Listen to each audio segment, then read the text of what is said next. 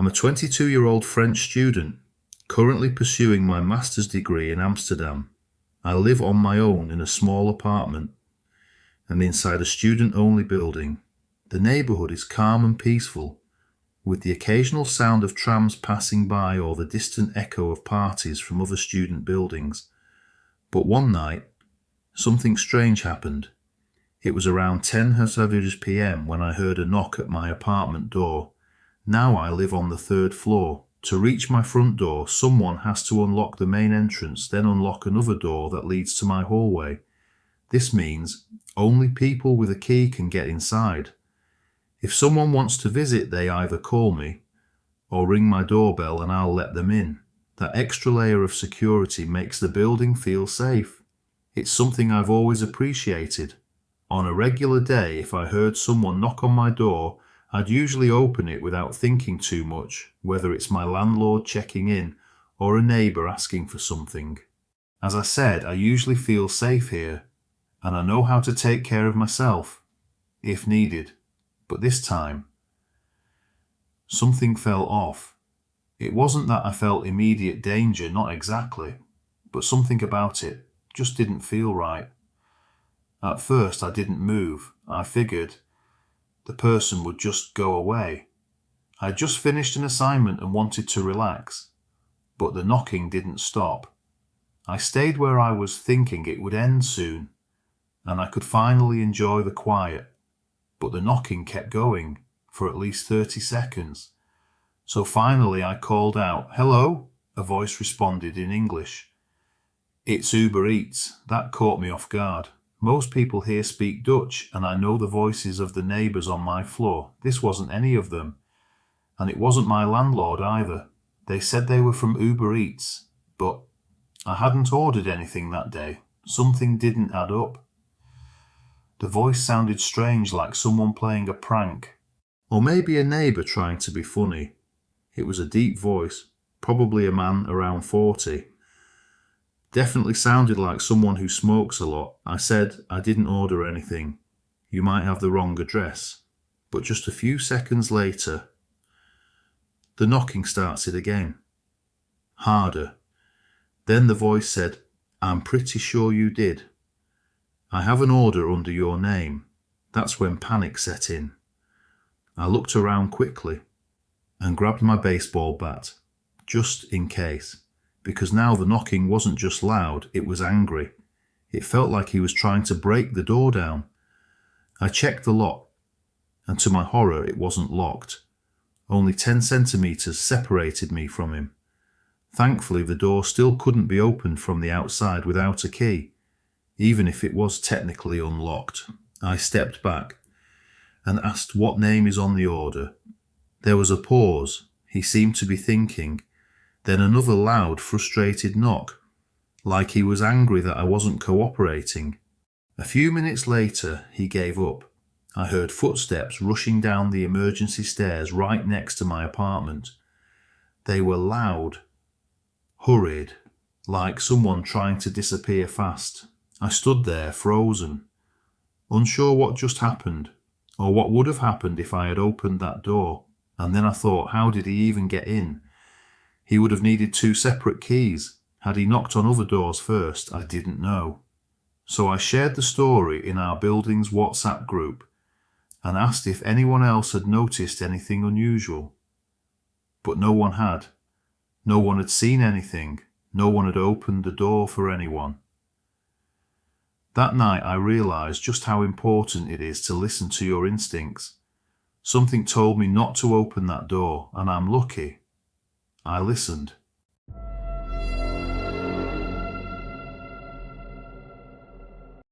Three years ago, my wife and I bought our first house. It was in the fancy part of the city.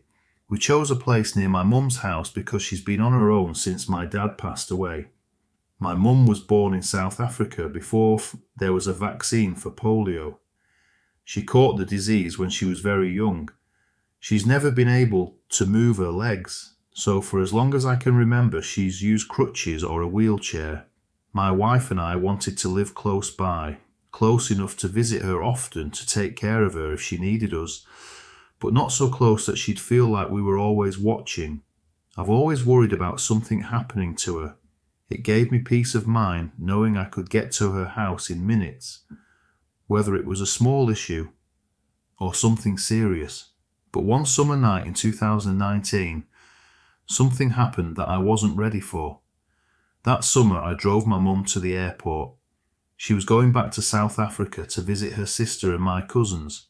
My older brother lives in another city, so I took on the job of looking after her house while she was away.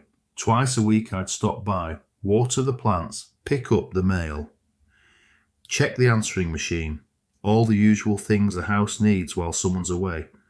I wanted everything to be perfect for when she got back.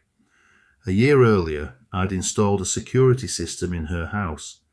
No cameras, just sensors and alerts. It was like having a quiet helper always keeping watch. I could check the status anytime from my phone. If a door opened, or if motion was detected, my phone would alert me instantly. At my own house, I'd gone a step further. I had cameras everywhere, inside, outside, watching everything from my motorcycle in the garage to my dog sleeping on the living room couch. A month went by. One normal evening I finished work, hit the gym, watched a movie with my wife and got ready for bed. Nothing unusual, but just after 2 a.m, my phone buzzed. I thought it was an email, maybe a late Instagram notification. I ignored it. Sleep is precious to me. I barely get 5 hours a night. Then it buzzed again, and again. My wife woke up. "Turn it off," she mumbled. "I'm trying to sleep." She often teases me about keeping the volume on at night, but I do it in case of an emergency, in case my mom needs us. And that night I'm glad I didn't silence it. I picked up the phone still half asleep. When I saw the notifications, it felt like a car had just crashed through our living room. Dozens of alerts, all from my mum's security system. Then the phone rang. It was the alarm company. A calm voice told me the motion detector in the basement had picked up movement multiple times. They were sending someone to check on the house. As the woman spoke, I opened the security app. I could see the log of alerts. The doors were still locked. Everything looked untouched. But something, or someone, was inside the house.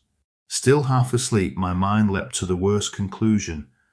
I forgot my mum was safe, relaxing on the beach with my aunt halfway around the world. All I could think was, she's in danger. I jumped out of bed, ran to the garage, shoes check, car keys check. It was cold and I was still in pyjama pants. No shirt, no jacket, no weapon, just a flashlight, the kind cops use, tossed in the passenger seat. I started the car and sped off, way over the speed limit. Driving like that will wake you up fast. When I reached the house, everything was still. The lights were off just how I'd left them, but the alarm was blaring. It was so loud it hurt. Neighbours started stepping outside, but no security patrol in sight. I unlocked the front door from my phone, opened it fast, and just stood there, frozen, staring into the dark hallway of my childhood home. Despite being 25, I'd never felt fear like that before. I've been through some wild, dangerous things, moments where my life was at risk. But nothing scared me as much as standing there in the dark, knowing something might be inside. And still, my brain hadn't reminded me Mom wasn't home. That thought finally hit me, and with it came courage. Step by step, I walked into the house. My heart was racing, but my fight or flight switch got stuck on fight. I went straight for the basement light, flipped it on, ready for a fight. But there was nothing, absolutely nothing. I looked around. The windows were intact. The motion sensor lights were blinking. My phone buzzed again this time, tracking my own movements. Suddenly it hit me, standing out in the open wasn't smart. I ran back upstairs, turned on all the kitchen lights, grabbed the biggest knife from the block. I checked my mum's bedroom first, then every room, every corner, closet and cabinet. I moved slow, careful, quiet, The main floor was clear. So I went back to the basement, turned off the alarm so I could hear better, checked behind the couch under the pool table inside the bathroom. Still nothing, but then I saw it, the guest room door, closed. I couldn't remember closing it. Not on this visit, not ever. I walked toward it, trying to hear anything. Hand on the doorknob. I opened it slowly, Sam, and froze. There was someone at the far end of the room holding a knife. My heart stopped. I nearly fainted, but I forced myself to move. I reached for the light switch and collapsed to my knees in relief, or maybe fear. It was my own reflection. The mirrored closet doors had played tricks on my eyes in the dark. I had seen myself. Just then I heard a car door outside. The security patrol had finally arrived.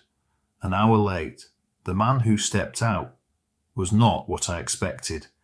He looked like a college kid, soft smile, round face, not intimidating in the slightest.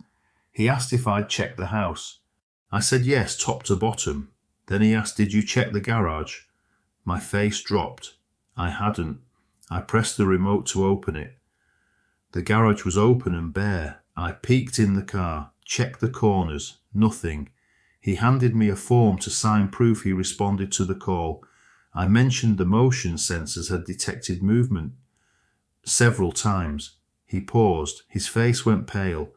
Then he told me the motion detectors his company uses don't just track movement. They also detect changes in temperature. That's how they avoid false alarms. Then he got back in his car and left. I locked up, turned on the outside lights, set the alarm again, and just stood there leaning against my car, staring at the house, trying to figure out how an empty house could have set off both motion and heat sensors. The next day I installed cameras outside in the garage and in the basement. It's been 2 years since that night. I've never told my mum. Not my brother. Not even my wife. To this day I still wonder. Was there someone in the house, or was it something else entirely? I may never know. And honestly, maybe not knowing is better.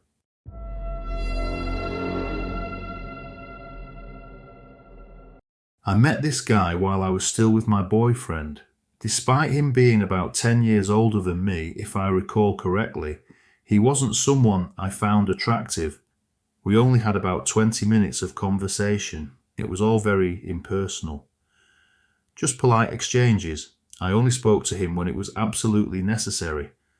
Basic talk, nothing more, while my boyfriend and I started dating somehow. That other guy found out. One night we were excited to go out to a club together, but we noticed someone was following us. It was him. It made me nervous. I started freaking out. I ran to the bathroom with my friend to feel safer while my boyfriend turned around to confront him. But the guy, he started acting like a child, like a 5-year-old throwing a tantrum. He cried, then ran away from the nightclub. About a month later, I found a letter in my mailbox. A disturbing love letter. It was creepy because he had delivered it himself. To my house. That meant he had followed me before. He knew where I lived. A year passed. I stopped going to the place where I'd first met him, because he practically lives there now. My friends told me he hangs out there almost every day, like he's waiting for me to show up. Later we moved, and during that summer in the new place, I started noticing him at the mall. At first I thought it was just a coincidence, but then a shop owner I knew well pulled me aside. He said the guy had been following me, even hiding when I turned around. That scared me, so I told the shop owner everything. He was concerned too. He promised to tell the other shop owners about it, and he said that if he ever saw that creepy guy again, he'd call security. Now I have my own first full-time professional level stalker. My boyfriend and I had no idea what to do. My family didn't either. We were worried, constantly. The police couldn't do much. He hadn't done anything legally wrong. Not yet. But it's been over 2 years, and things are still tough. I don't want to work as a waitress even though I need the money, because I know he would find out where I work. He'd come there, he'd sit there all day, just watching me. I try not to work anywhere near where I first met him, especially around the city centre. Going to the mall alone, not a chance. I always bring my boyfriend with me. There are specific supermarkets, certain cafes, places I completely avoid because I know he hangs out there, hoping to see me. What's disturbing is, I don't even know his last name, but he knows both my first and last name. He has this strange control over where I can and cannot go. I really wish I could leave the city, but it's not that simple. Even if I managed to leave, he could find me easily, because I'm finishing university soon and I want to become a teacher. But when you're a teacher, your full name gets posted online. Your schedule too. Anyone can find you. He could show up at my open classes, sit down, pretend to be a student. I really hope that never happens. Now let me tell you about last Halloween. It was my turn to take the kids trick-or-treating. My wife and I switch off every year. My son is 7, my daughter 9. They were so excited, dressed up in their cool costumes. I usually stay on the sidewalk watching them as they run from house to house. After about 30 minutes of walking, we reached a busy street in the neighbourhood. It was a great spot. Lots of decorations, people everywhere. So many cool displays in front yards. I got a little distracted. Stopped paying close attention. Then a few minutes later, the kids came back. But this time they had another girl with them. She was about my daughter's height, but wore a weird homemade mask, cardboard or something like it. My daughter asked if her new friend could join us. I said of course. So we all walked together. I didn't know much about the girl, but I figured she was a school friend. Then I noticed a man, a really tall man following us, big, and I started to feel uneasy. He wore a mask, an angry cat face. It gave me chills. I assumed he was the girl's father, so I tried to strike up a bit of small talk. "Nice weather, huh?" I said. He didn't reply, just stared at me with that creepy cat mask. While the kids went up to another house, I asked again, "Hey, is that your daughter?" He nodded, but still didn't say a word. Maybe he just wasn't talkative. So I stopped trying. We continued walking for 15 more minutes. House after house. Then my kids came up to me. "We want to go home," they said. That surprised me. Their bags were only about a third full, but I said okay. We waved goodbye to the man with the cat mask and the little girl. As we walked away, I looked back. They were still standing there, just watching us, not moving. We turned a corner. I looked again, still there. I finally asked my daughter, "So, who was that girl?" She gave me a confused look. "She's your friend," she said. That caught me off guard. "Wait, my friend, I don't have any kid friends." Then my daughter explained. The girl had come up to them unmasked and said she was a friend of mine. She told my daughter that she was too shy to ask me herself, so she hoped my daughter could do it for her. But none of us recognized her, and what came next sent chills down my spine. My daughter said that when she first saw the girl's face, she wasn't a girl at all. She was actually an older woman, about my age, with wrinkles. Even more disturbing, that woman had been taking candy from my daughter's bag, quietly, while I wasn't looking. That's why they wanted to go home. They noticed. We got back and told my wife everything.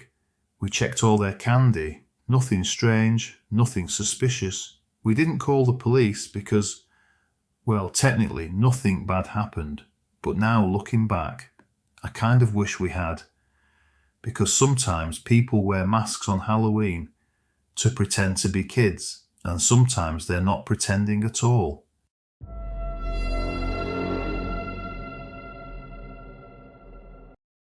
This happened 5 years ago when my fiancée and I had been living in our house for a little over a year. I'm a big guy, 6 feet tall and around 225 pounds, with a naturally muscular build and a somewhat intimidating look. My fiancée, on the other hand, is small. She's only 5'2" and weighs about 130 pounds. Our house has 2 levels. When you enter through the front door, there are stairs that lead up to the living room and stairs that go down into the basement. But the only way to get to the backyard is through the sliding glass door in the upstairs living room and then down the stairs from our deck. At that time in my life, I was partying a lot, probably more than I should have. I was also in between jobs, and since it was the end of the holiday season, I wasn't really focused on finding a new one like I should have been. Many nights I was out with friends, drinking and having fun, and often ended up staying overnight at someone else's place. So my fiancée spent a lot of nights alone with our 3 Great Danes. I had a serious problem with alcohol, and unfortunately, it was beginning to cause real issues. Fast forward a few months, I got hired at a new job that required drug and alcohol tests. Looking back, that was a blessing in disguise. I had been sober for just 2 days, and I was working on fixing things with my fiancée. Later, she told me she was happy I was finally trying to quit drinking and focus on our relationship. I didn't think much of it at the time, just gave her a kiss on the head and told her I loved her. Later that night, we were watching TV downstairs when I thought I heard something moving in the backyard. The dogs heard it too. Their ears perked up, but they didn't seem too concerned. A moment later, I heard the sound again. This time, my fiancée quickly muted the TV and gave me a nervous look. "Did you hear that?" she asked, clearly uncomfortable. I told her it was probably just some neighbourhood cats playing in the bushes. There are a lot of outdoor cats around. But she shook her head and said, "No, it's not that." Before I could ask her why she was so sure, we heard the sliding glass door upstairs slam open. All 3 of our Great Danes jumped up barking loudly, fiercely, and we rushed up the stairs together. I was right behind them. As I reached the top of the first staircase, I saw the dogs charging toward the living room, and then I saw it too, the sliding glass door slamming shut again, and a man's shadow running away. I ran to the door, threw it open, and the dogs pushed past me, charging into the yard after him. I grabbed my big flashlight, the kind police officers use with 4D batteries, and I followed them outside. I had just gotten down the deck stairs when I saw the dogs going crazy at the back fence. I sprinted toward them, jumped the fence, and saw the man climbing the opposite fence just in time. He was wearing all black, a thin black hoodie, hood pulled tight over his head, and jet black cargo pants. Without thinking about my own safety, I ran at him but just missed grabbing him as he scrambled over the fence. I didn't stop. I followed him around the front of my neighbour's house, just in time to see him jump into an old beat-up pickup truck. He drove off fast, disappearing into the night. I rushed back home to check on my fiancée. She was in the upstairs living room with all 3 dogs around her, holding the biggest knife we owned. She looked terrified, but she's strong. She said she was ready in case anything happened to me. We called the police, gave them our statements, and made sure every door and window was locked tight. After everything calmed down a bit, we decided to watch another movie. Neither of us could sleep after that. While the movie was playing, I asked her why she had been so sure that the noise wasn't just cats. What she told me made something click. She said that for about a month she'd been hearing weird noises at night, footsteps outside, and sometimes what sounded like whispering. I asked her why she never told me. She just shook her head and said she didn't know. That's when it hit me. Whoever that man was, he knew I wasn't home at night. He knew she was alone a lot. Luckily, he didn't know about the dogs. And for some reason on that night, he didn't check to see if she was alone again. Since that day, I've stayed away from alcohol and from anything else that could damage my life. It's been 5 years now, starting from March 1st. I haven't left my fiancée alone overnight since. Our relationship is stronger than ever, and our 3 Great Danes, they're still amazing dogs. That night, that man, that moment changed my life. To the creepy wannabe burglar, whoever you are, let's not ever meet again.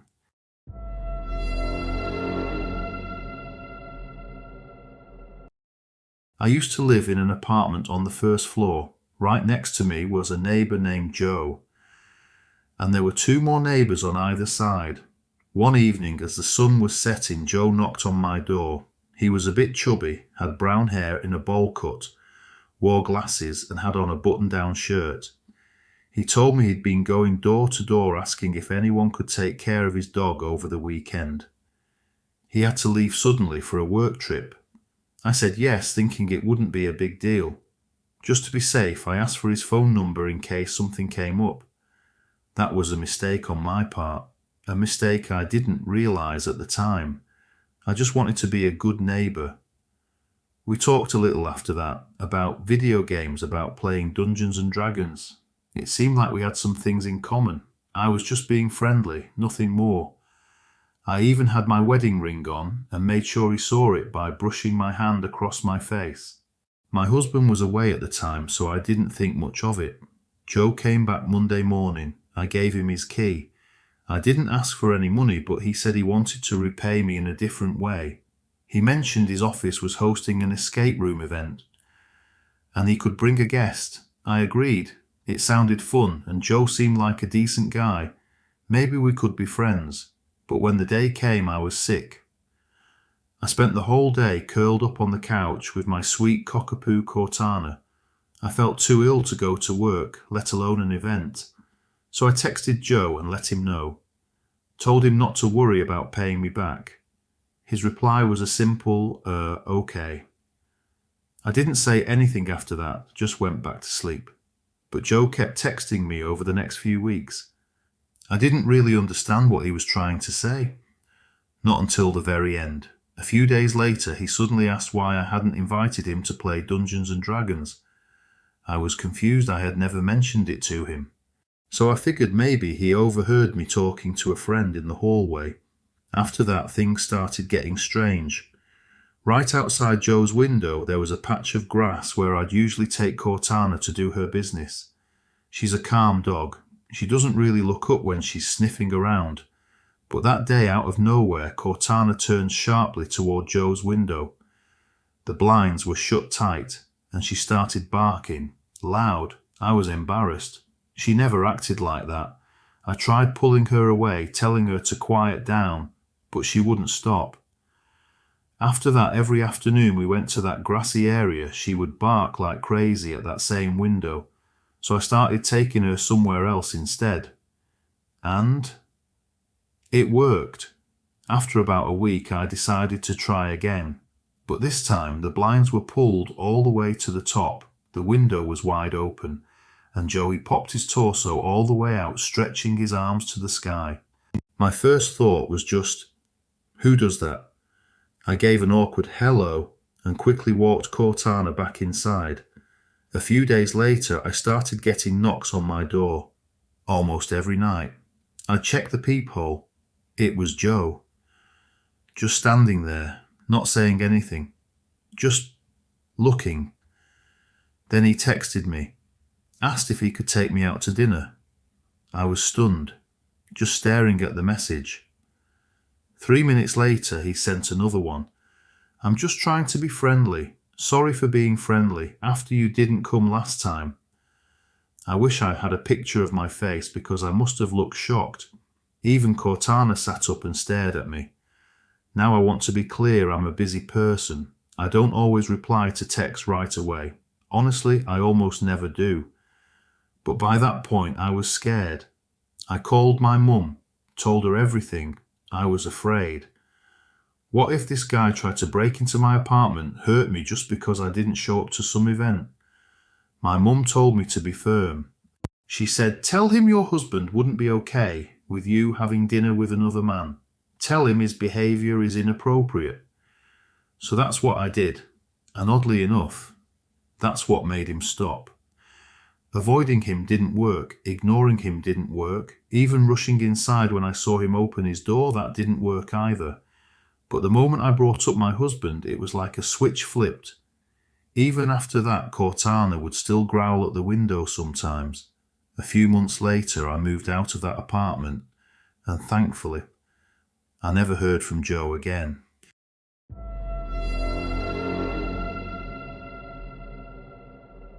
In my country, you can only buy alcohol when you're 18. So if you don't have a fake ID, or your parents won't help you, you just have to wait outside the liquor store. It's like a shop that only sells drinks, and you wait until someone old enough walks in and you ask them to buy the alcohol for you. We waited, and a few minutes later we found someone who said yes. We asked him to get a few bottles of vodka for me and a couple of friends. 2 of them were with me, and we were meeting another one later after we finished. It was around 6:00 p.m. We thought it was too risky to pour vodka into a different bottle out on the street, especially with how crowded it was. So like we usually did in this kind of situation, we found a nearby place that sold food and used the bathroom there to pour the alcohol into another container. After that, we were ready to keep the night going.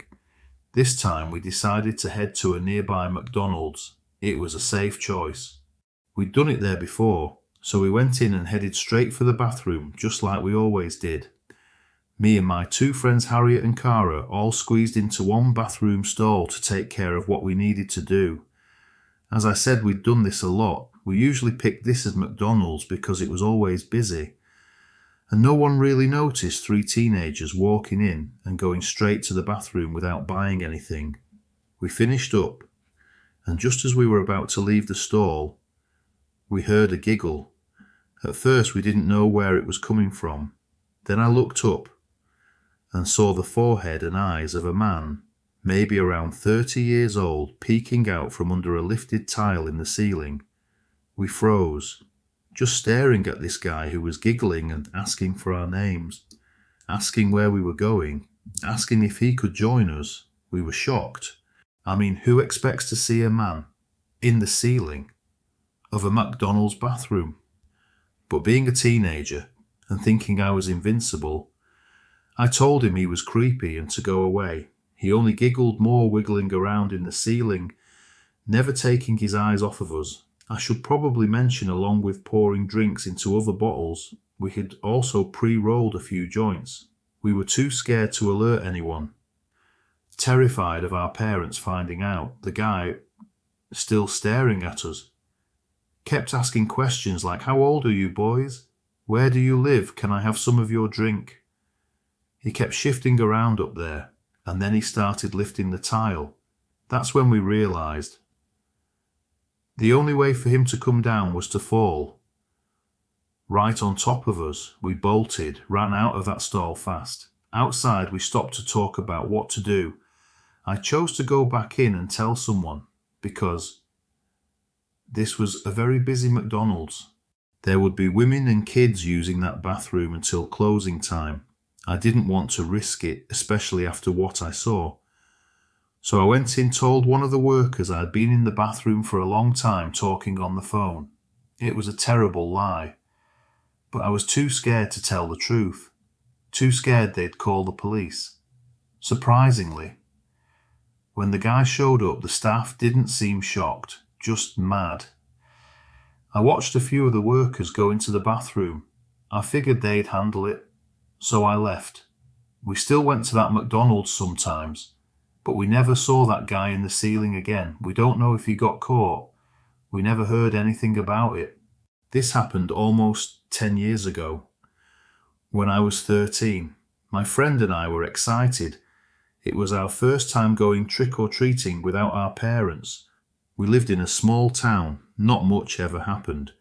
We thought it would be a regular Halloween night, and at first, and it was. We went around collecting candy, ran into a bunch of our school friends, and had a great time.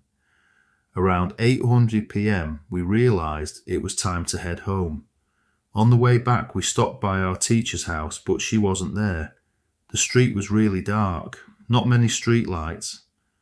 Most houses had their lights off, and the Halloween decorations had already been taken down. We started feeling a little disappointed, a little creeped out. Then, suddenly, a man stepped out from under a streetlight. He turned out to be a police officer. We hadn't seen him earlier, the street was that dark. He surprised us, but he seemed really nice. The officer introduced himself and pointed to a regular-looking house.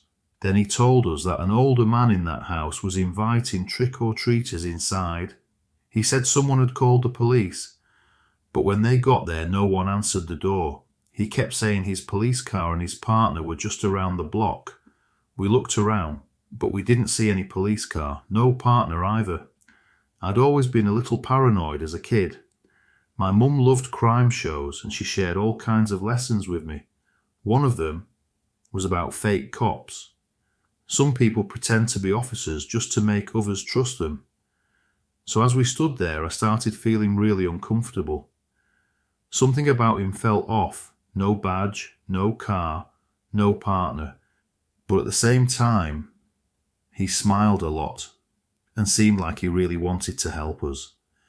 And that made it confusing. Then things got strange. He said he needed to talk to a potential predator.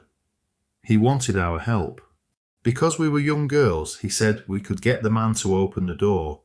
He wanted us to knock. He would hide behind the bushes, and when the man invited us in, he'd jump out and catch him. That was the plan. At that moment, my friend and I just went quiet. One of us managed to ask if we could talk it over. The cop agreed, but said we didn't have much time. He said he could hear everything, the street was that quiet.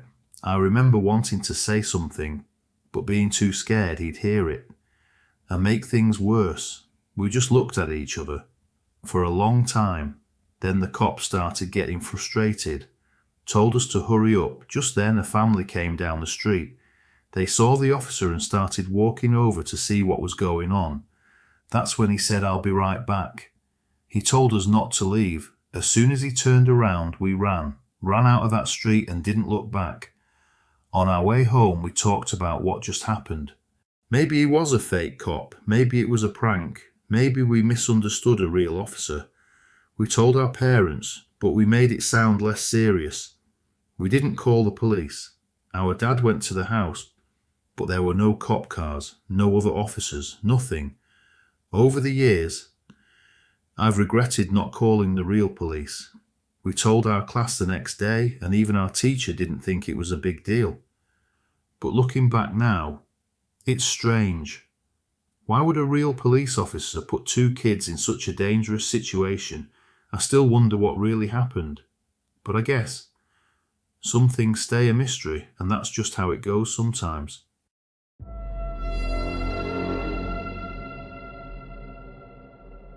I was 24 years old at the time.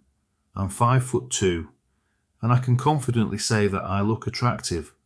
I'm grateful for that, but sometimes it's not easy. My natural red hair is a very special shade. I have a naturally thin waist with curves in all the right places. It's common for both men and women to approach me. I'm a kind and friendly person. I appreciate those who give compliments and then go on their way, or those who try to start a romantic conversation, even if I'm not interested and they take it gracefully, but not everyone does. Some people don't understand when I'm not interested, and they just keep bothering me.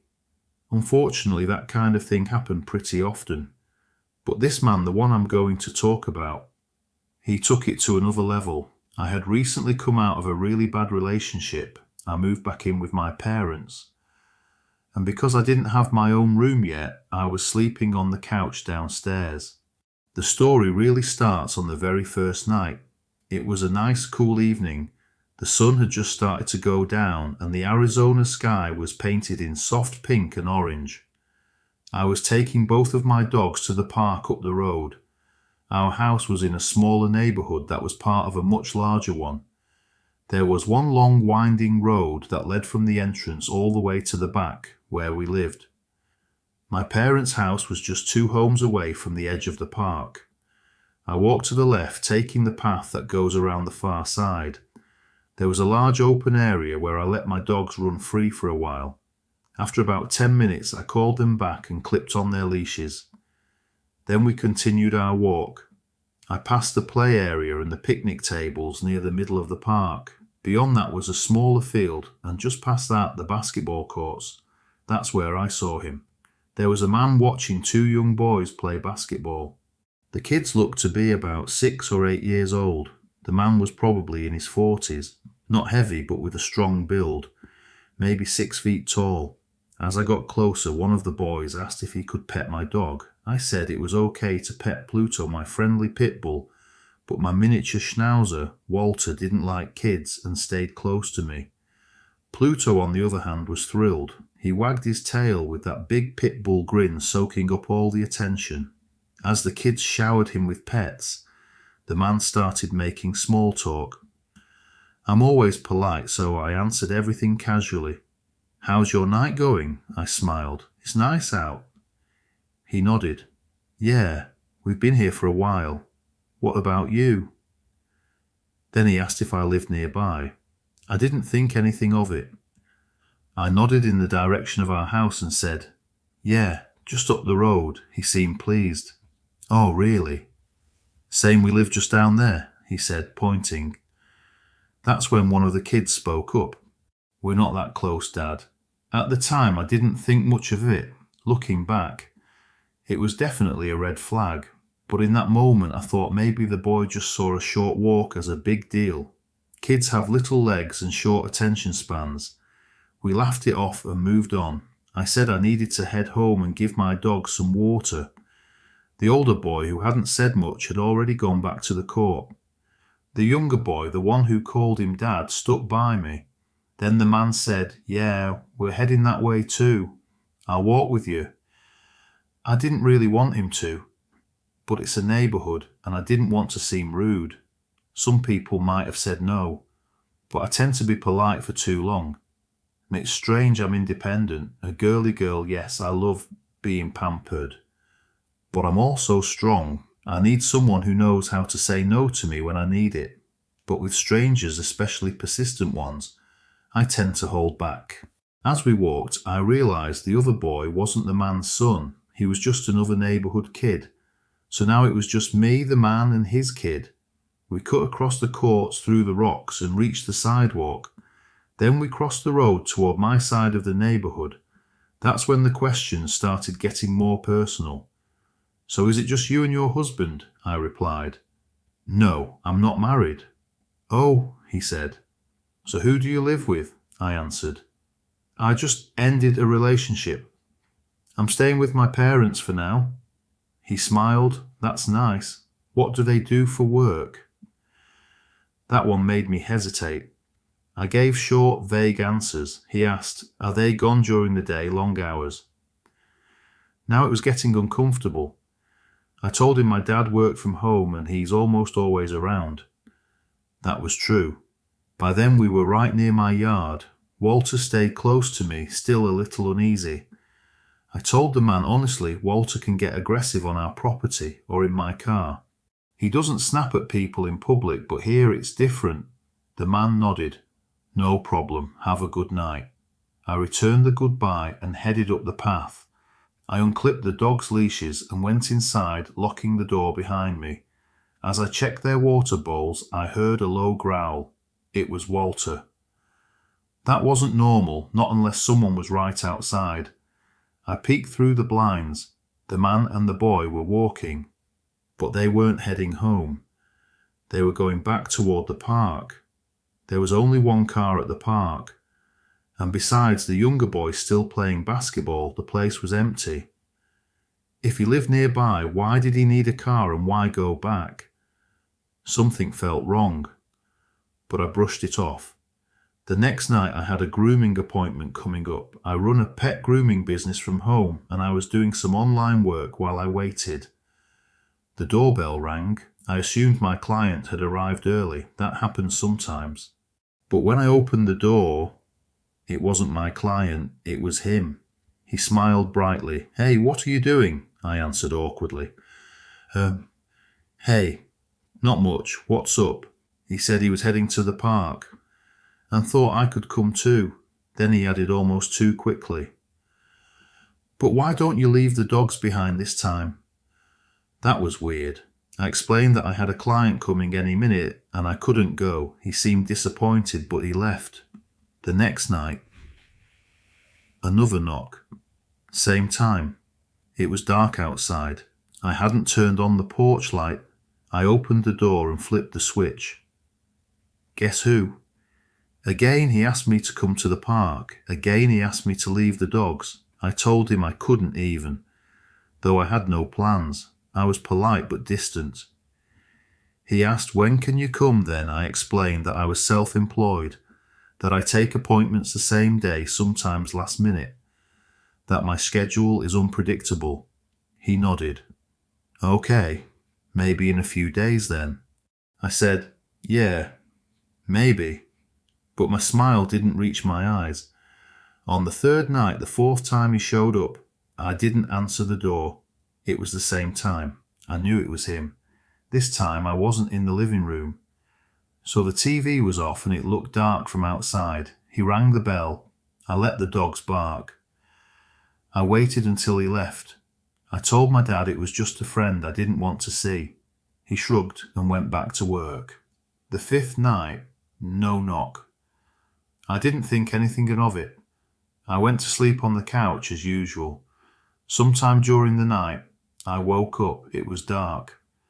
The only light came from the faint blinking of the TV's computer.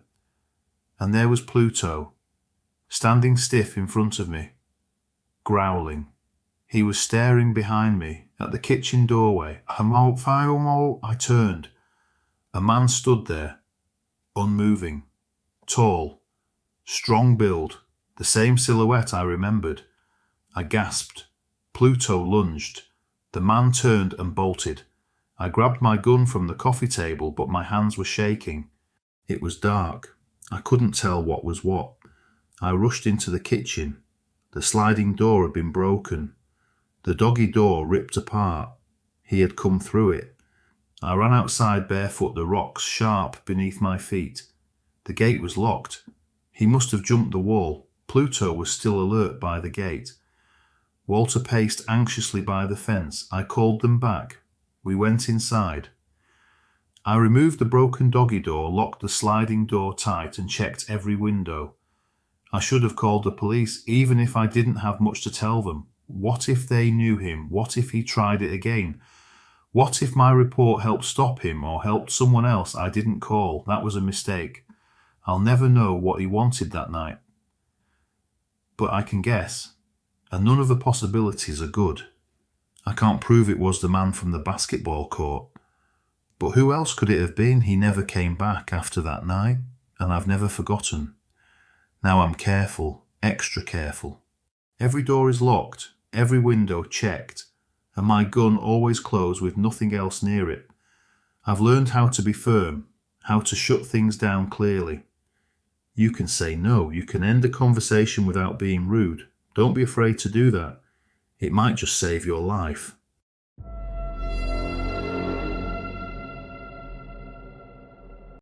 Over the course of about 8 years, there were times when people tried to break into our house. It didn't happen often, but it did occur around 5 times.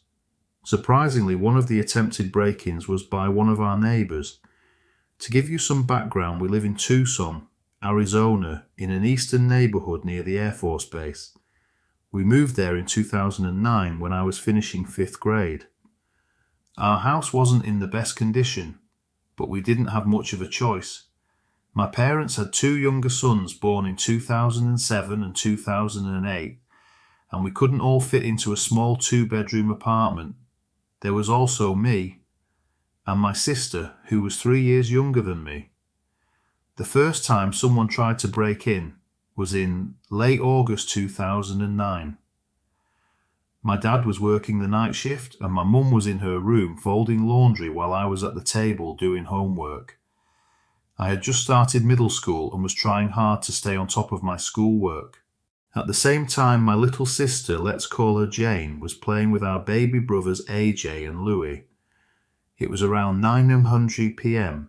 when I heard a strange noise coming from the fence. It was the kind of sound it makes when someone jumps over it. You should know. Our fence isn't very high, just about 4 or 5 feet. Even I could climb over it back then. At first I thought maybe I was imagining things. It could have been one of the stray cats that often roamed around our area. Jane had just gone into our shared bedroom. Our room was at the back of the house, while my parents' room was up front next to the baby's room. Less than 2 minutes later, I heard Jane scream loudly. At the same time, the back door handle started shaking like crazy. It turned out that when Jane went into the bedroom, she heard a tapping on our window. She thought it was Mum, needing help with the laundry on the clothesline. But when she opened the blinds, she saw a white man with piercing green eyes staring back at her. She screamed and ran out of the room to find our mum. That's when I heard the door handle rattling. My mum rushed to us in the living room and told me to grab the boys. She told us all to hide in her bedroom. While I was getting my brothers, my mum was already on the phone with 911. We heard someone trying to open the screen door near the back, but we knew they probably couldn't get through. We never used that door, and a big vanity was blocking it. Within 5 minutes, the police arrived, but like always, the intruder had already run off. The next time it happened was in 2013. Jane and I were getting ready for school. It was around 7:00 a.m. That day, our school started a little later than usual, so we were taking our time. We were home alone.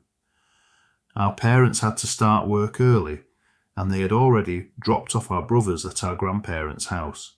While we were getting ready to catch the city bus, everything seemed fine, until we heard the sound of someone jumping over the fence again.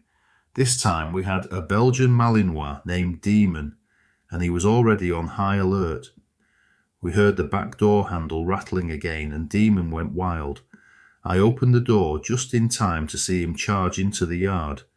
The man ran fast. By the time I looked out the front door, he was already halfway down the street. We called our parents, then went to school a bit later than usual. In 2014, one of our cars was broken into during the night. Luckily, nothing was stolen. My parents usually don't leave valuables inside the car, so the thief didn't find anything worth taking. The fourth attempt happened in 2016. My brothers AJ and Louis were 9 and 8 at the time. They were asleep in their room when they suddenly woke up for no reason. Something just didn't feel right. They turned toward the window and saw the shadowy figure of a man standing outside. He was trying to peek in, and he whispered, "I can see you." The curtains they had weren't totally dark, but not see-through either. They were scared frozen at first, but AJ, the older one, wanted to do something. So he picked up one of his shoes and threw it at the window. That was enough to scare the man away. He ran off. It was kind of funny hearing my little brothers tell the story the next morning, but it was also terrifying. We had no idea how long that man had been standing there, watching them. The most recent incident happened just a few nights ago. I've moved out of the house now. Jane is 22, I'm 25, and AJ and Louis are 15 and 14. It was around 5 p.m. I was turning the corner to my parents' house when I noticed our neighbour's expensive truck parked in their driveway. Usually I don't pay much attention to the neighbours, but this time I saw 2 men standing by the truck, looking at it closely. They noticed me as I pulled into my parents' driveway. As I got out of my car, the 2 men left the truck and started walking toward me. At first I thought they might be friends of our neighbours, but I didn't see Andre or Anna, our neighbours, outside. And something felt off. These 2 men were white, but Andre and Anna are Latino, and I'd never seen them with white friends. They often have parties. I would have noticed. It just didn't feel right. The men were walking so close to me they could have touched my car if they reached out. We made eye contact, and as I walked away I asked them, "What's the matter with you guys?" They said nothing. They just kept walking slowly. When I got to the front door, my parents were there. I asked if Andre and Anna knew that two men had been looking at their truck. Later that evening, while we were setting up dinner, my mum and I went next door to talk to them. Anna was home with her two little girls. She hadn't noticed the men near the truck. She said she didn't hear the ring cam notification either, but she told us something strange. This was the third time she'd seen those men in the past 2 days. Her husband Andre works in construction, and sometimes he's gone for the night shift, which means Anna is alone with her daughters. We told her to be careful, and we let her know we'd be watching out for her. That same night, those two men came back. They tried to break into Anna's house. She called my parents for help. Thankfully, our neighbours across the street were in their garage at the time. They heard the noise and rushed over. One of the men ran off. The other was caught and held down until the police arrived. It turns out, these men had been trying to steal things to sell for drug money. They saw Anna's truck earlier that day and wanted to break into it, but when I showed up and saw them, their plans changed. So they came back later that night and went for the house instead. Thankfully, Anna and her little girls weren't hurt. Our neighbourhood has been getting worse over time. More homes are being targeted, and even though our house was a frequent target, we don't think it was ever the same person twice. A lot of people around here are starting to worry. Things just don't feel safe anymore. After living there for 13 years, my parents have finally decided to move. They're going to a smaller place. The landlord said he was going to raise the rent by 30%, and believe me, that house isn't worth that much, especially in a neighbourhood like this one.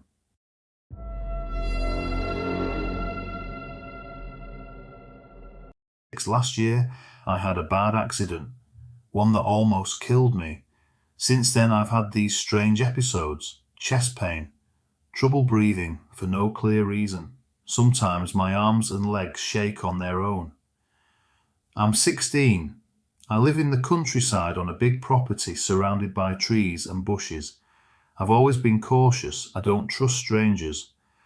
One night around 1:30 in the morning, I was on the couch watching a movie. My parents were upstairs asleep. My sister was out of town having fun. Suddenly a bright light flashed outside. It was our motion sensor light. Even with the windows shut, the light was strong enough to shine through the gaps in the blinds. Then I heard something. The back door, it was making noise like someone was trying to get in.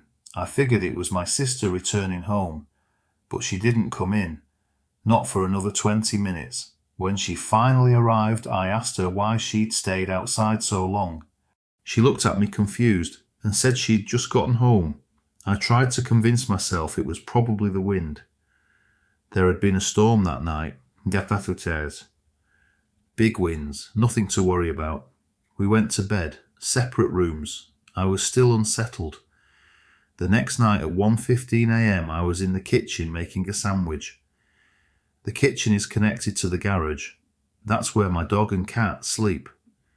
Out of nowhere, my dog started barking, loud, violent. He was acting crazy, like he was trying to tear something apart. I figured he was barking at the cat, but after a minute passed and he didn't stop, I got worried. I remembered the night before. I was anxious. So I grabbed a knife from the kitchen drawer. The guns were in the garage. Just as I reached the door to the garage, the barking stopped. Suddenly, I pressed my ear against the door. Silence. No movement. No sounds. I felt scared, really scared. So I left the knife on the counter and went upstairs to bed. The next day I told my parents. They didn't take it seriously. They brushed it off like I was overthinking things. Now it's the next night. It's 1:46 a.m. and I'm sitting in the kitchen again, waiting, almost expecting it to happen. This time I already have my knife with me, and then just like I feared, my dog starts barking again, loud, frantic. I rush to the garage. As I get closer, I hear something inside. Movement. Shifting. I'm sure someone's in there. I opened the door quickly, but nothing. No one. I searched the entire garage. Still nothing. I go to my mum and tell her again. My dad was out of town on business. I suggest we call the police, but she still doesn't believe me. She says I'm imagining things, and she won't let me call. I go back downstairs thinking, maybe I am going crazy. Maybe it's just my mind playing tricks on me. And then I hear a whistle, soft, coming through the window. I rush over, pull open the blinds, nothing there. I move towards the garage, and that's when I hear it again. A tap. Then another whistle, this time from the kitchen window. I open the blinds again. The motion sensor light is on. I head into the garage to grab the shotgun, but it's empty. I search the cabinets for the ammo, but every single bullet is gone. Not just for the shotgun, but for the rifle, the pistol, the revolver, gone. And then I hear it. 3 slow taps on the garage door, then a whistle and a laugh. That sick, playful kind of laugh. Luckily, I remembered my dad had a secret stash of ammo, one the intruder hadn't found. I got the bullets, loaded the shotgun, and returned to the living room.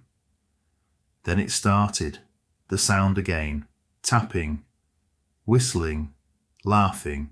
Every window, living room, kitchen, game room, garage. It was everywhere, like the person was circling the house. I couldn't take it anymore.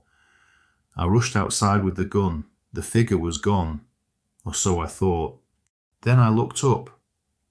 On the roof, a tall, slim figure in a hoodie stood there, motionless. I raised the gun, but suddenly I couldn't breathe. My chest tightened, my vision blurred. I fell to the cold ground, my body shaking uncontrollably.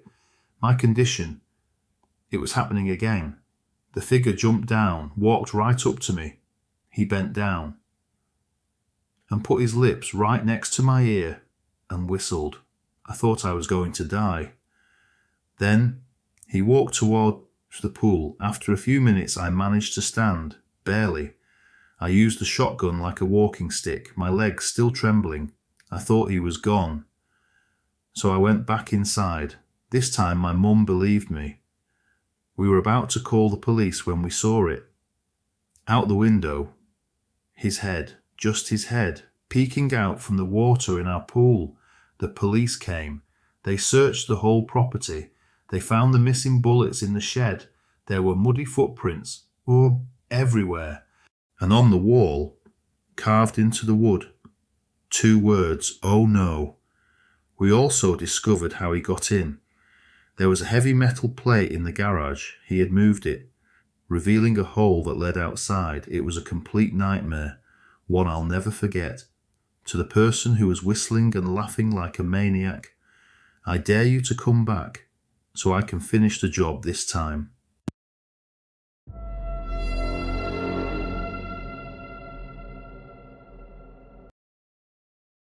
I had just ended a confusing relationship. It was one of those on and off situations. One day we were together and the next day we weren't.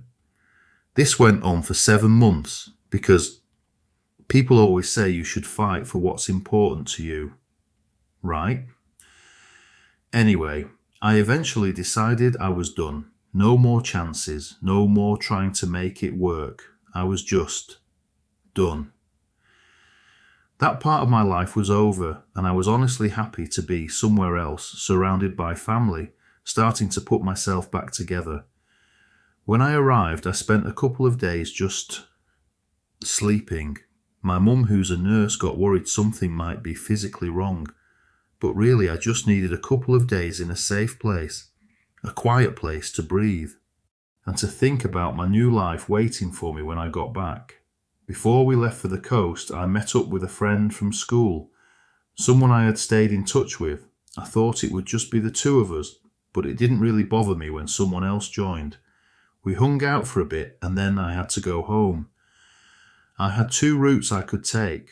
One was a rural back road through the woods. The other would take 20 minutes longer, but it was safer. more traffic, more places to stop if I needed to.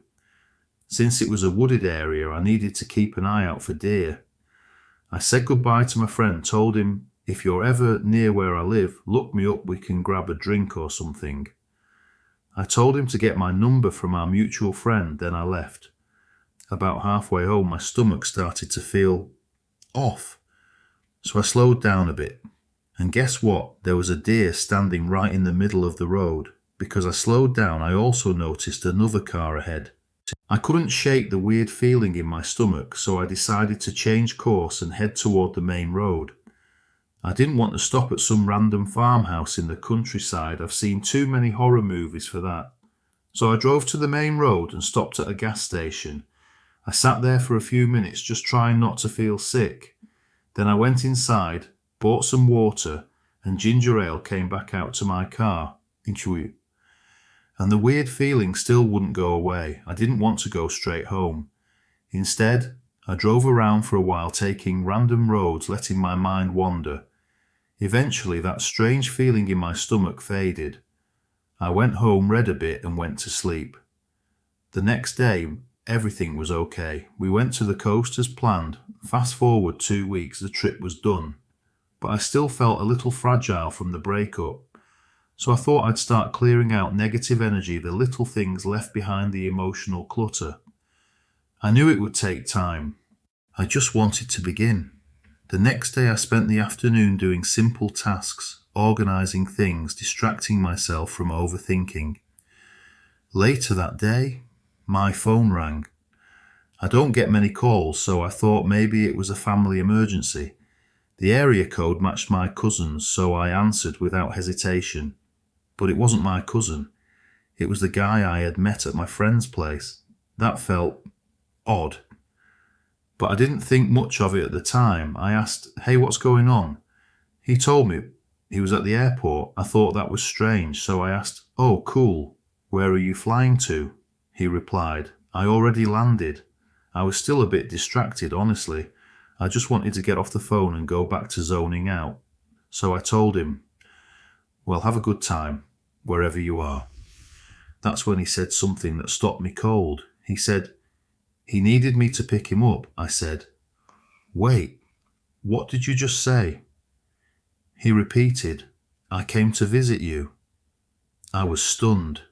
I knew for sure I hadn't shown any interest in him other than basic politeness. Even the "look me up sometime" line was just a casual phrase. One of those things you say but don't really mean. I asked him, "Why would you come to visit me?" He said he felt a strong connection, that he wanted to be with me. At this point, I was both angry and really creeped out. I told him I didn't feel any connection at all, and I can't believe you flew across the country to see someone you spent, 2 hours with? He said I invited him because I told him to look me up. I said, "No, that's just something people say. It didn't mean anything." Then he said he didn't have any money left for a plane ticket back. He spent it all on this one-way trip. At that point, I was shocked, angry, and honestly kind of scared. Eventually I gave in. I told him he could stay one night just so we could sort things out, but I made it clear he had to be gone by the morning after next. I took him to my place, gave him a pillow and a blanket for the couch. Then I went to my bedroom. But he asked if he could sleep with me. I said, no, absolutely not. Then I added, "Just so you know, I have guns. Don't even try anything." The next morning I woke him up and told him to find a way home. I reminded him that I had to work, but I would check on his progress later. Either way, I was dropping him off at the airport the next morning, with or without a ticket. While I was at work, he kept blowing up my phone, texting, calling, asking me to come back for lunch. I told him I was too busy. When I finally got home, I was laughing at a text about my dog. Until I walked inside. He had changed everything, every room, the furniture, the decorations, things had been moved around. I was furious. I asked him, "Why did you think this was okay?" He didn't answer. Instead, he asked who I had been talking to. I told him it wasn't his business. A few minutes later, I got a text from the friend who had been watching my dog while I was away. Then unbelievably, the guy said he didn't want me talking to that friend anymore. Now, I wasn't just creeped out. I felt like something very bad was about to happen. I stayed calm. I told him, "Get your things, I'm calling a cab, you're going to the airport. And just so you know, when I'm really angry, I get calm, like ice cold calm. It's not a good sign," but he didn't seem to notice the shift. Then he dropped one final bomb. He told me he used my computer to get my ex's phone number, that they both agreed I was heartless. That was it. I told him very calmly that it was nearly impossible he had gotten into my computer. My password was a section from The Art of War in Chinese. I said you'd need the computing power of the Large Hadron Collider to crack it. Then I told him he had 3 minutes to leave, if he wasn't gone. I couldn't guarantee what would happen. He was still yelling insults as he packed, but he left.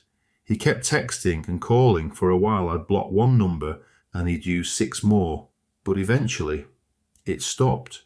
To this day I don't know where he is, and honestly, I don't care.